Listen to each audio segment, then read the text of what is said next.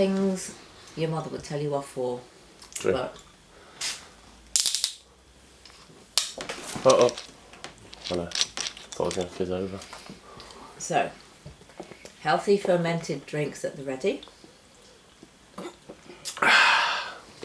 Oh, that stuff. Happy. Oh.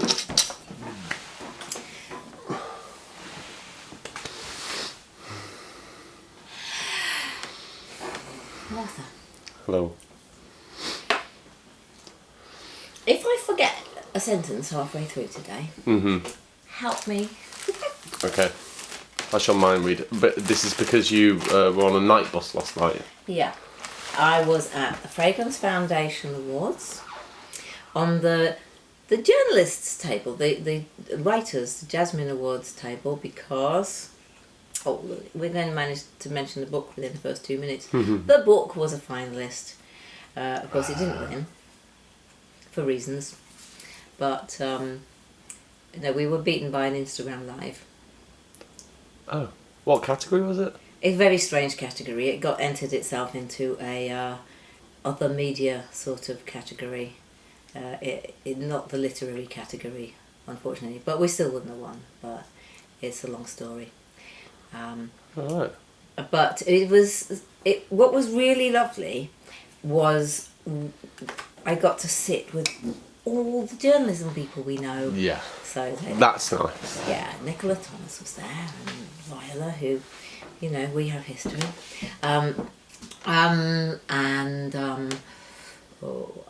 Joe and Lorna from the Perfume Society, and Susie Nightingale. And I sit next to Sam, who is the co-writer of the book. Louise Woolham, Get Lippy. She was there, and some people I didn't know. One from Essential, who's one of our big stockists, and another one from Rake's Progress, which is a very posh gardening magazine. Yes. Yeah. Yes, I have a copy of that in my bathroom. We've faded, Arthur. We have. So when I go through picking the cover, for, the one that you see on the thing, I have to pick one that's not too dark. We did patchouli. We talked about patchouli. Remember why we're here. Yes, anyway, so, long story, but for reasons, I escorted somebody back to a hotel and then hoofed it. I was legging it with my best trainers to Russell Square Station. Missed the last tube. There's not an Uber or a taxi in all of London at night these days.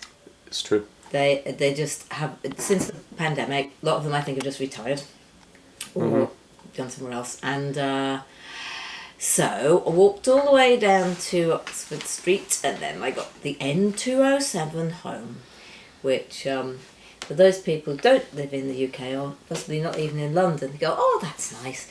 But it's fine, there was only one flight and it only took about an hour. And it was free because I got a bus pass. Yeah, but a bit tired, but it's funny. Very, very, very posh too. I mean, if I had to pay for it, I wouldn't go, so it's £350 a ticket. But we were sitting on the next table to Robert as well, so I had a chat with them, and they're lovely. Lovely. And to come back to the subject, yes, so it was generally good, and all ended safely. But I would have walked from the bus stop to my house, because that would have only taken about 20 minutes, but the goodie bag was so heavy I couldn't. I love the goodie bags for events like that. Yes. yeah, well, it's not a perfume thing, is it? Yeah. It's not a perfume, which is fine, except I've got lots of perfume. And let's spray one. So, you haven't said what the topic is. I haven't. The topic is Coumarin. Topic is Coumarin, you're right. Because in the patchouli film, apparently we mentioned Jacques, and Jacques said, is that me? Are there other Yanni Jacques? No, there aren't any other Jacques, it's you. And Jacques said, do a film on Coumarin. Great. So I'm going to give you this, which is Jacques' favourite. Yeah. Yes, the one he says he wants to be embalmed in. And I must just get the book with William Perkin on the front. Please do. Who is here. William Perkin, the inventor of the colour mauve, so pronounced because that's what we used to say, there he is, and also the man who first synthesised coumarin. Coumarin in a legit, carefully washed yogurt pot. Crystalline. Looks like sugar, isn't. Sugar has no smell, coumarin does. And I'd better let you... Does the smell exist in the natural world? Oh, tonka. Yeah. Yeah, I thought so. Yes, the smell exists in the natural world. So this is one of the ones which does exist in nature. Wow, that tonka, the real tonka, does have a strong whiff of wet dog. You It's think? nice, but... Interesting. But do you think that the coumarin doesn't? Mm. I Do you know don't what I think mean? I've ever smelt a wet dog that smells like this. But You then I haven't smelled my washed granny's it. dogs? They're gross. No. You mean unclean wet dog? Or Yeah. like just Yes. right. No, I have not smelt your granny's dogs, and I don't want to. No, thank you. No. If they smell like this. Okay, so tonka beans are. Well, I think I've got some somewhere. I think last time we looked, we couldn't find them. I used to have some in Yeah. a pot. That's I right. think they've gone AWOL, but they look a bit like cocoa nibs sort of beans. Yeah, but Cocoa bigger. nibs. The beans are about Yeah. that big, Yeah. and they have this almondy, vanilla-y aroma. Then this is the Tonka Absolute, which is pretty much solid. Well, it's this crystal. You can see it's sparkling. Yeah. So I had to melt it, get it into this pot. That's 5 grams of it, ready to go off to one of my students. It is nice. It's one of the few things in the lab that comes with the skull and crossbones. It's because it is this thing which is a precursor to warfarin. Warfarin is used as a blood thinner, so it's the thing that people give heart patients to try to stop, to thin their blood so it goes more smoothly through their veins if they have, and their arteries if they have cholesterol in them. So warfarin you have to be extremely careful with. I think it's similar to what's in foxgloves. There's another thing in perfectly natural. Foxgloves contain a blood thinner as well. So mustn't eat them. But on your skin, mild sensitizer. So does that mean that tonka bean has no culinary use? No, well, this is the thing. Tonka bean is used for flavouring, has been used for flavouring, but then it got found out, so it's actually banned for flavouring use. The natural is banned because naturals, not always safe. That's banned in California, but you can get tonka bean chocolates in posh shops in France sometimes. But I bought some tonka bean chocolates once, and they said, we can only sell you 2 and don't eat them both on the same day. Wow. Yes. So presumably they use synthetic coumarin for... I think, no, this particular shop. No. I mean the places that have banned tonka. No. They can't wouldn't use coumarin for flavour either because You can't eat it. But no, you can't use it for flavouring. Tonka beans themselves still can be, but coumarin wouldn't be used for flavouring because its effect would be to Not like vanillin, which of course they can be used. which is used for every ice cream you ever had. My biggest question is that if you could name a new colour, why would you call it mauve? Because it's the same colour as a plant, the mauve, which is it's a purple daisy.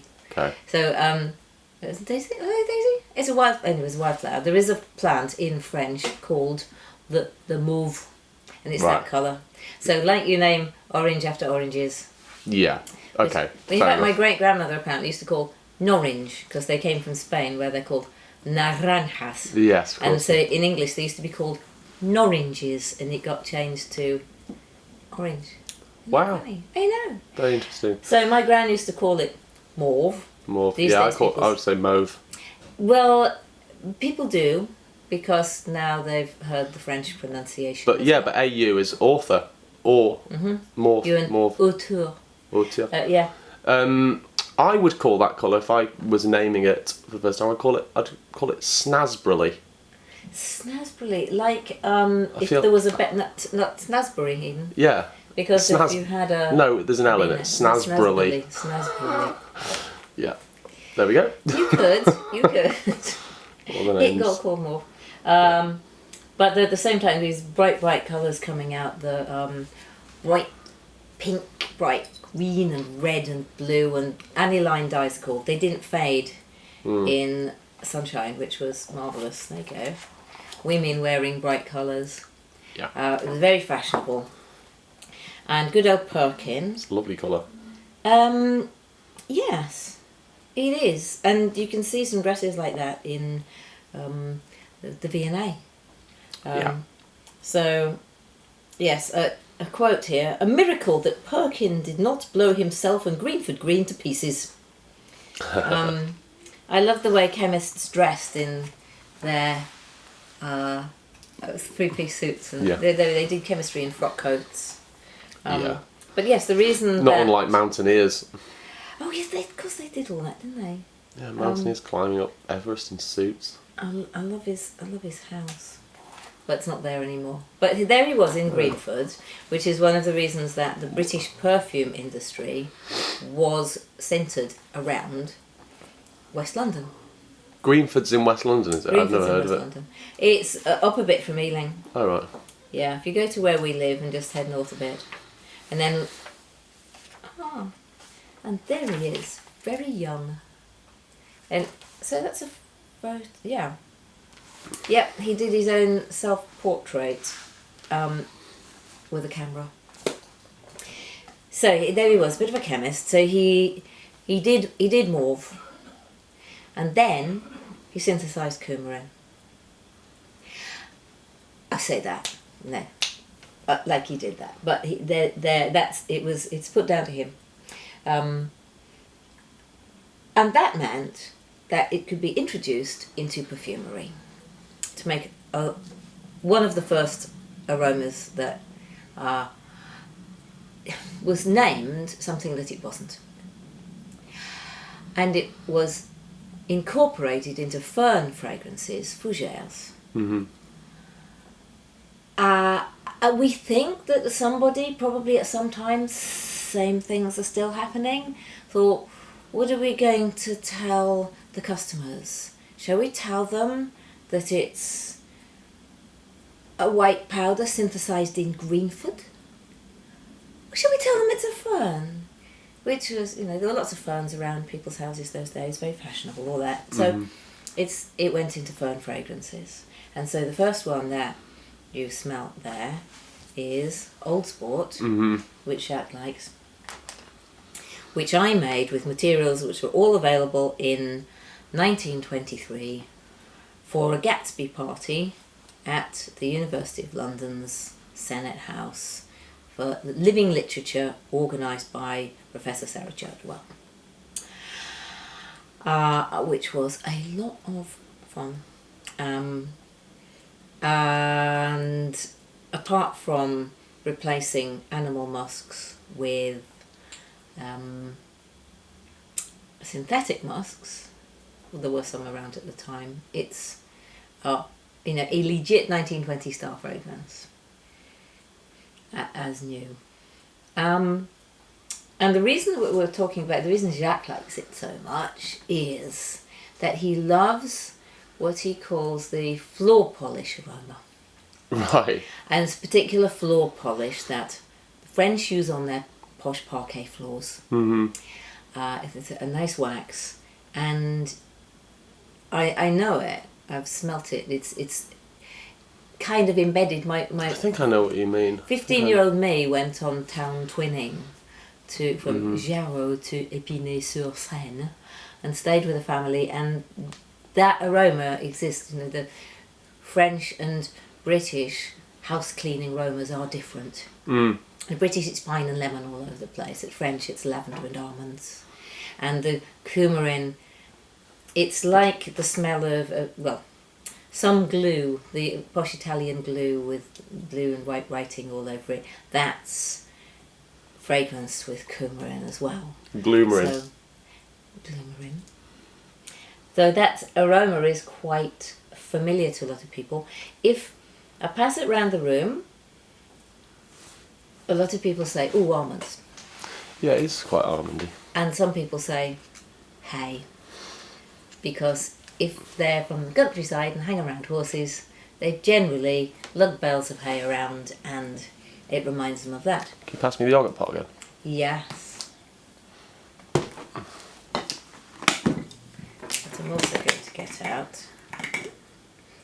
It is, yeah, it's very marzipan-y. Smell Very that. nice. The top of the...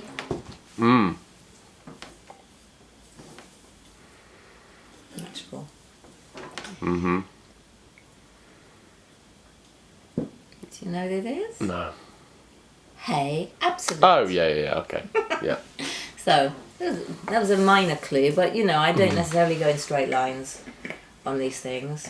But yeah, this is Absolute of Hay, and there's Coumarin in there. In Hay Absolute. There's Coumarin in Tonka Absolute, there's Coumarin in Hay Absolute, and there's Coumarin in Tobacco Absolute. Naturally occurring. Oh, right. Okay. Yep. So, like, the molecule is part of that? Yes. Right, okay. Of all the molecules that make up the smell of hay, One of them. Coumarin's one.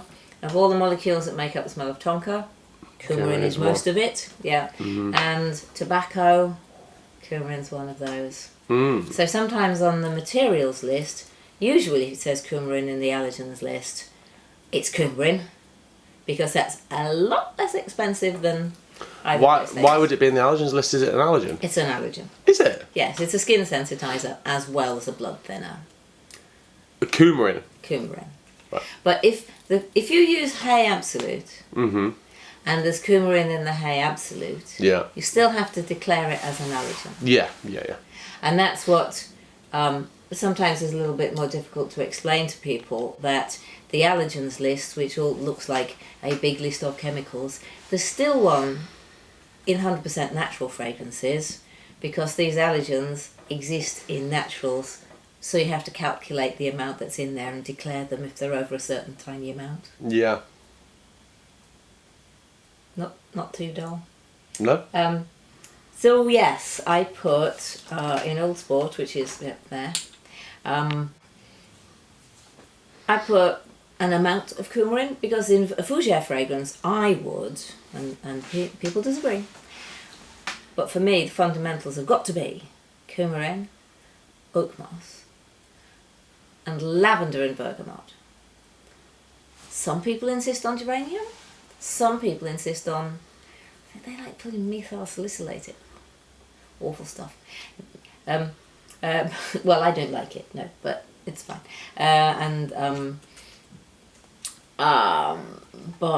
But fougere fragrances just, they're supposed to be, they're often targeted at men, and sometimes in the US they're called barbershop, because no one knows how to pronounce fougere. A little bit like, is Old Spice a fougere? That is borderline fougere and amber, but it's really close. Yes. Yeah. But I bet you if I took it down off the shelf, because I'm sure I've got it here, because it's a classic.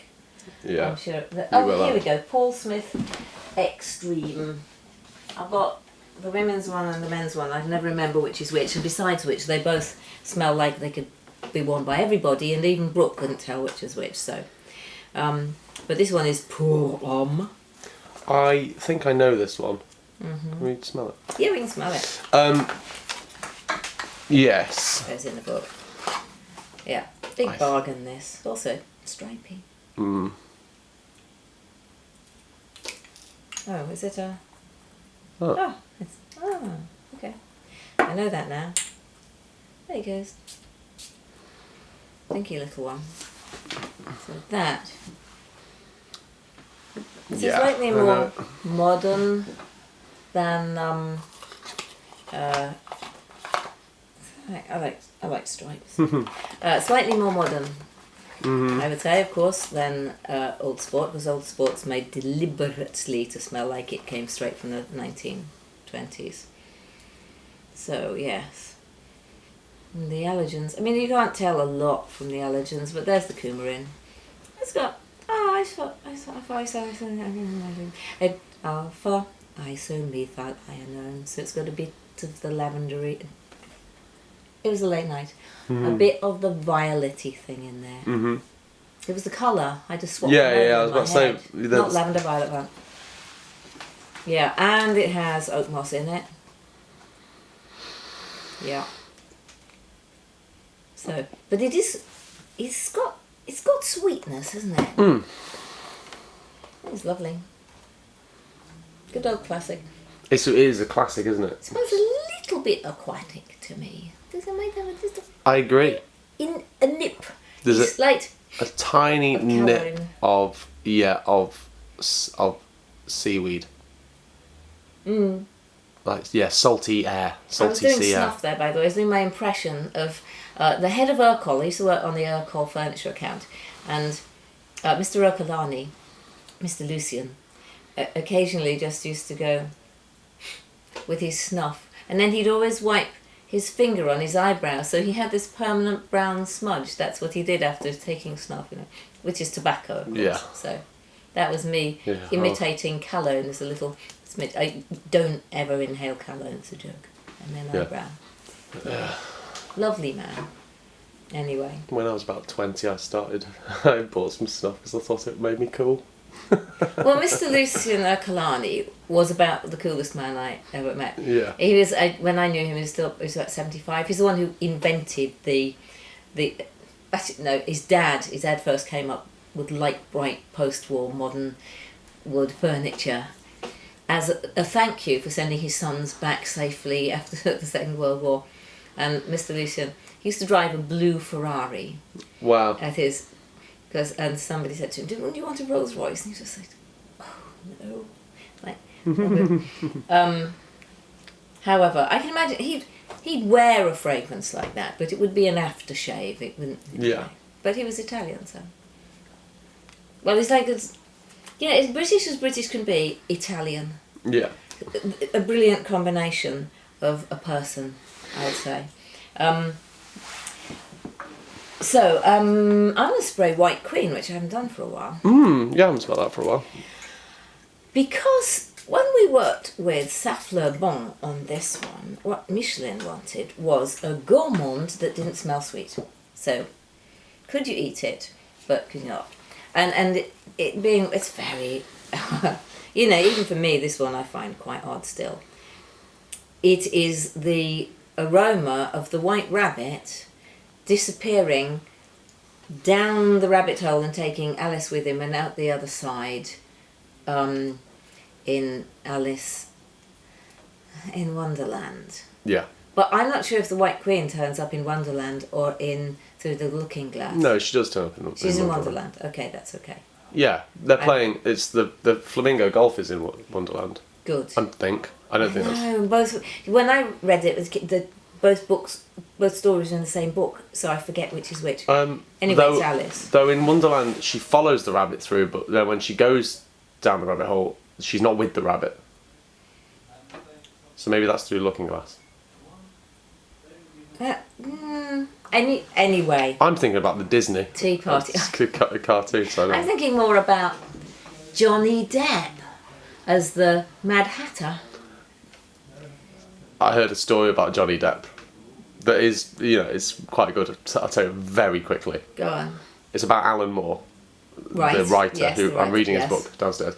Alan Moore, obviously from Northampton, he refuses to sell any of his stories to Hollywood. He just refuses. So things like V for Vendetta and Batman Begins he wrote, but they make them without his permission. Right. Because they buy the rights from the publisher. Anyway, Johnny Depp was going to be in a film. What's it called? Evil Hearts. I can't remember the name of it. Anyway, Okay. Johnny Depp's the lead in one of these films that Alan Yeah. Moore has. Here comes Nick. Hello. Hi, we have visitors, including someone from LG who's Okay. thinking about using us as a... LG, right. We'll have to hear the end of the Johnny Depp story later. Yeah, yeah. Okay, visitors. Okay, coming down. I sort of forgot about that. Anyway, White Queen, yes, that's where we were, wasn't it? Yeah. White Queen. Clouds. Alice in Wonderland. Gourmand. I was telling you my Johnny Depp story, but we don't have time now. Goodness, yes, do we not? Well, yeah, I suppose we can. Go on, what's the end? So Johnny Depp's like, I want to meet Alan Moore because he wrote the thing. Wow, what is the film? It's on the tip of my tongue. Anyway, Johnny Depp wants to meet Alan Moore. Alan Moore says no. I don't want anything to do with this film. You're going to ruin my story. Johnny Depp's people say he really would like to meet you. So Alan Moore replies and says, because he's a proper Northamptoner. He lives in his 2 Up 2 Down in Northampton. He goes to the local pub and that's it. And he goes, well, I'm in the Yellow Pages. If he really wants to speak to me, he knows where I am. Mm-hmm. And so then one day there's a knock on the door and Johnny Depp's standing on his doorstep on a residential street in Northampton. Yeah. And Alan Moore goes, oh, we're doing this, are we? He went, okay then. If we're going to talk about this, we need to talk about it properly. We need to go to the pub. And so he takes him down to his local boozer. Yeah. And he walks in and Johnny Depp's like, can we at least sit in the corner? Like, I am Johnny Depp. And, I don't go to the pub. Yeah. And Alan Moore's like, all right, okay. So they go to the corner and then apparently, as legend has it, all the regulars would walk in. And as they'd walk in, they'd go, all right, Alan, Johnny. And then they'd all go and sit down at the bar. No one cared. No. Just no one cared. But everyone knew exactly who it was. Yeah. But it'd be like, oh, well, there's Alan Moore. Of course Johnny Depp's come to visit him. Because Yeah. he's Alan Moore. It's great. Yeah. Yeah. 1, great about Johnny Depp, and 2, great about Alan Moore. Yeah. I think. Yeah. Yeah. But he actually did that. Yeah. There we go. Excellent. Yeah. So there he I can't remember was, how we got onto that. being the Mad Hatter. We were talking about Alice. That was it, yeah. Yes. And you said Johnny Depp, yeah. And then we were. Yeah, so the reason the White Queen is a little bit odd is because I put sort of rabbit food in it. I used parsnip essential oil and carrot seed essential oil and made it into a kind of non-sweet gourmand chypre. And I think you've done it. Yes. Though I don't have the strip anymore, I put it in the recycling.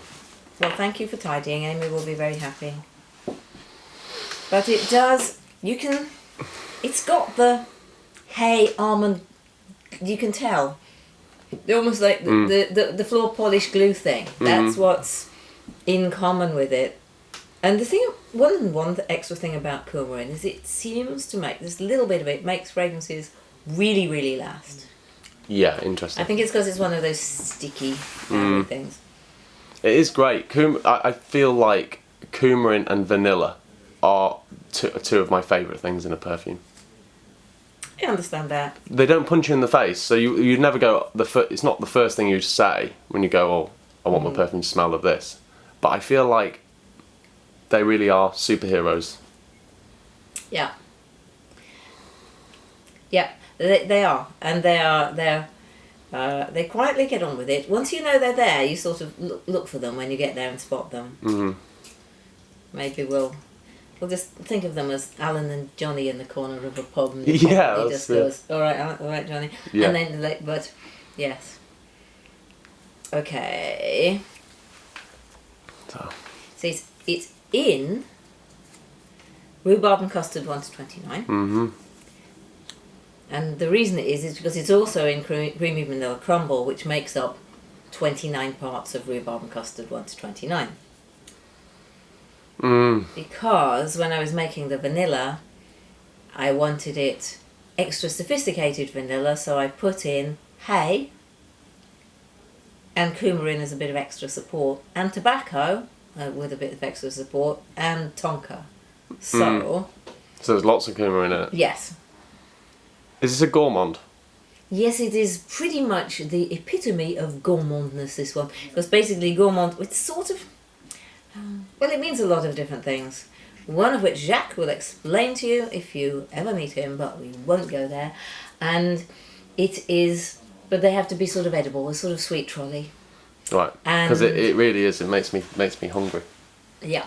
And so to make rhubarb, this is the only one of mine that's ever been in Name magazine. Rubber stamp of approval. And it smells of rhubarb, crumble and custard. And it wouldn't be the same without the coumarin.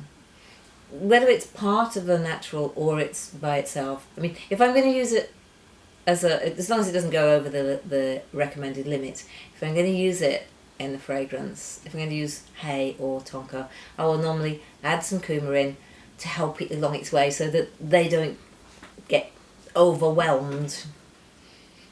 It helps them along a bit. And then finally, because we still have the casts, just to say, it's in both sides of clouds and many of the other clouds series, like Complicated Shadows. I've been wearing Complicated Shadows a lot. I wore it last night to the Fragrance Foundation Awards because it makes me feel very, very good. But this one doesn't. I'd sort of forgotten. So this is last year's. No. Where did the years go? Oh, I thought 2018 was the year of the clouds, I think. Was it? 2019, both sides. No. 2019, Clouds and Clouds Illusion. 2020, Both Sides of Clouds. 2021, Complicated Shadows. So it was relatively new for us. No, I can't really detect the coumarin in this. Well, that's okay. What's important is just that it's there. I don't think I can really detect it in, go back to the Paul Smith, I don't know, really detect it in that. It's just, this is... No, but again, it's Alan and Johnny in the corner. Yeah. What I want is for things not to be obvious. Really, unless I'm saying, right, this is a rose, smell the rose.